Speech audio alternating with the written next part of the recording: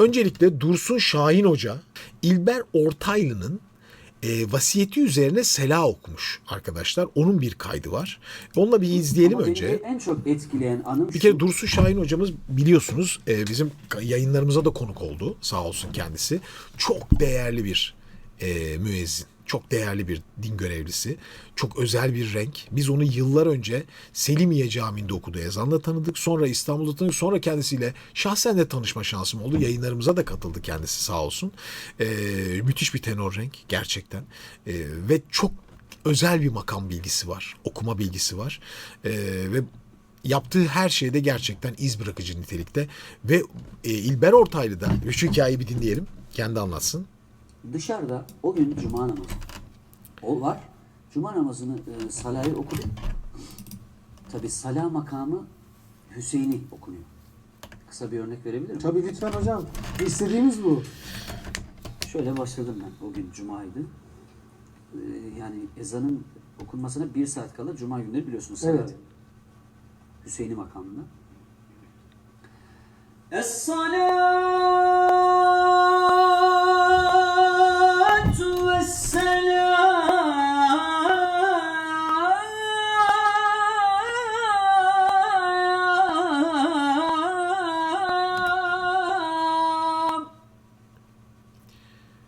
aleyke ya seyyidena ya Of, of, of, of, of.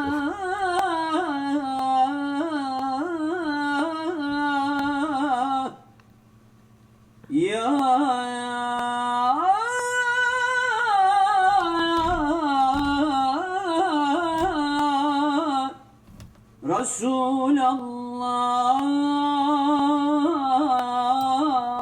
Resulallah. Müthiş değil mi ya? Zaten burası bile inanılmaz tüyler diken diken. Salah gerçekten çok farklı. Hakikaten böyle tüyleri diken diken eden Hüseyin'i olmasının en büyük özelliklerinden biri. Yıllar önce hep bunu anlatırım. Tekrar bunun önünde anlatayım. Valide Sultan Camii'nde bir hoca anlatmıştı bana. Şimdi ismi de gene gelir gelmez. Ama kusura bakmasınlar lütfen. Bir sanki köyünü terk eden bir gencin, uzaklaşan bir gencin, hani bir şey için gidiyor, terk eden değil, böyle kaçıp gider gibi değil de uzaklaşırken son bir kez köyüne dönüp bakması gibi derdi hüznüne. O nedenle de Hüseyin'i okunur derdi. Çünkü o türkü, o tat vardır içinde. Şimdi bu kadar güzel makamla da icra ederseniz, o nüansları da yaparsanız müthiş ve duygusu çok ilginç. Yani şey değildir. Kahır değildir. Hüzündür. O hüzünle kahır arasındaki duygu farkını çok güzel sesle ve makamla işte insanlara verebilirsiniz. Bu da zaten bu işin kusursuz ve muhteşemliğinin simgesi. Dursun Şahin Hoca da onu yapabilecek yetenekli bir insan. Bunu okudum. Hemen cemaatin bir tanesi yaşlı amca. Hocam birisi seni istiyor. Dedim kimmiş? O gün de NTV diye bir televizyon var ya Evet. haber kanalı. Onlar bir belgesel çekiyor. Tarihi camilerin, tarihi özel şeyler. O gün de İlber Ortaylı geldi oraya. Meğersem beni o çağırıyormuş. Biz de tabii onu hep böyle televizyonlardan falan görüyoruz. Ünlü tarihçi biliyorsunuz. Hemen önümü ilikledim. Hocam beni istemişsiniz buyurun. Bu arada hoş geldiniz dedim. Hoş bulduk evladım dedi. Sen dedi Salih sen mi okudun? Evet dedim efendim. Sende dedi farklı bir tavır var dedi. Sen kimden ders aldın? Dedim ki ben Üsküdar Cemiyeti'ne gidiyorum. Amir Ateş'ten ders alıyorum. Belli oluyor zaten dedi senin tavrından, usluğundan. Tabii. Ben ölürsem benim selamı sen vereceksin dedi. Oo. Bakın. Ve o selayı vermiş. Es-salatu vesselam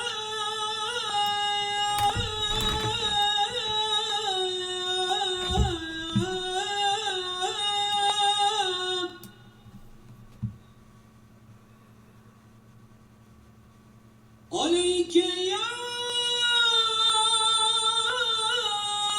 seyyidena ya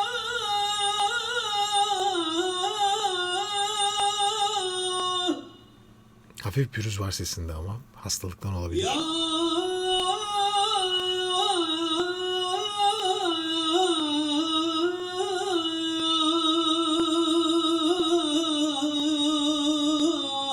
Uşak. Of nefis.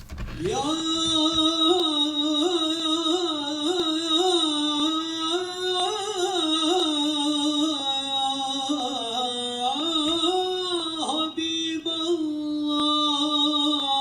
Habiballah. Tavrın temizliğini görüyorsunuz değil mi? Tertemiz bir makam yapısı. Çok güzel, aşırı süssüz ama yerinde çarpmalı. Bu zaten hani benim bütün yayın kariyerim boyunca en çok anlatmaya çalıştığım şeydi. İşte tavır tam olarak bu. Bu da gerçekten çok iyi bir eğitimle, zamanla, beceriyle ve kulak. Bunların dördünün birleşmesiyle oluşuyor. Kolay bir şey izliyor gibi görüyorsunuz yani. Ama onun arkasında ömür var. Es-salatu vesselam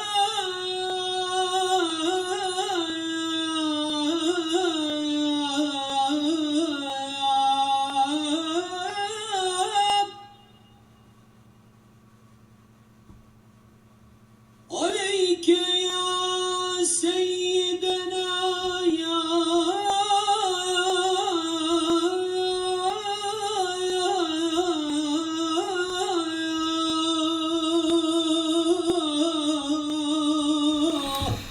Oh, ya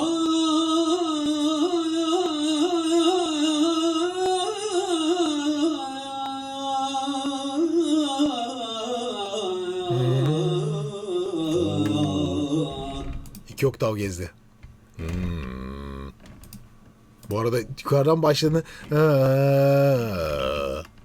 bir oktav daha aşağı inerek bitirdi. Ya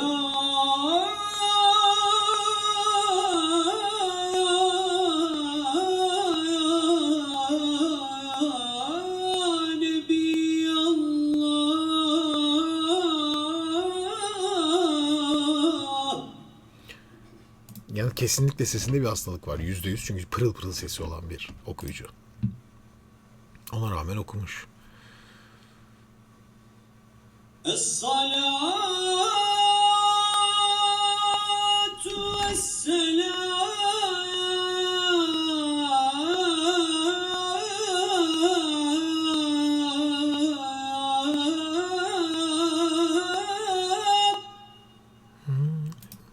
Re mi re mi do re mi re mi.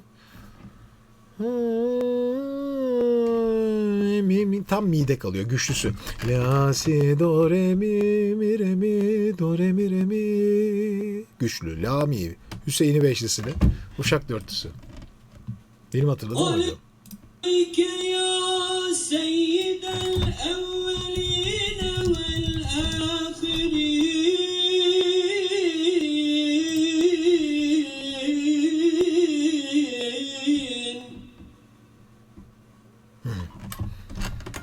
ve selamun alel murselin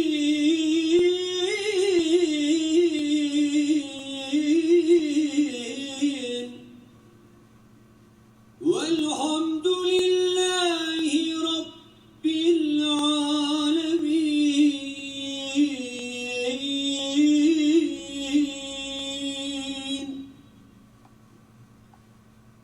Ülkemizin kıymetli, değerli tarihçilerinden, yazarlarından, akademisyenlerinden Sesi kısık olan görüyorsunuz.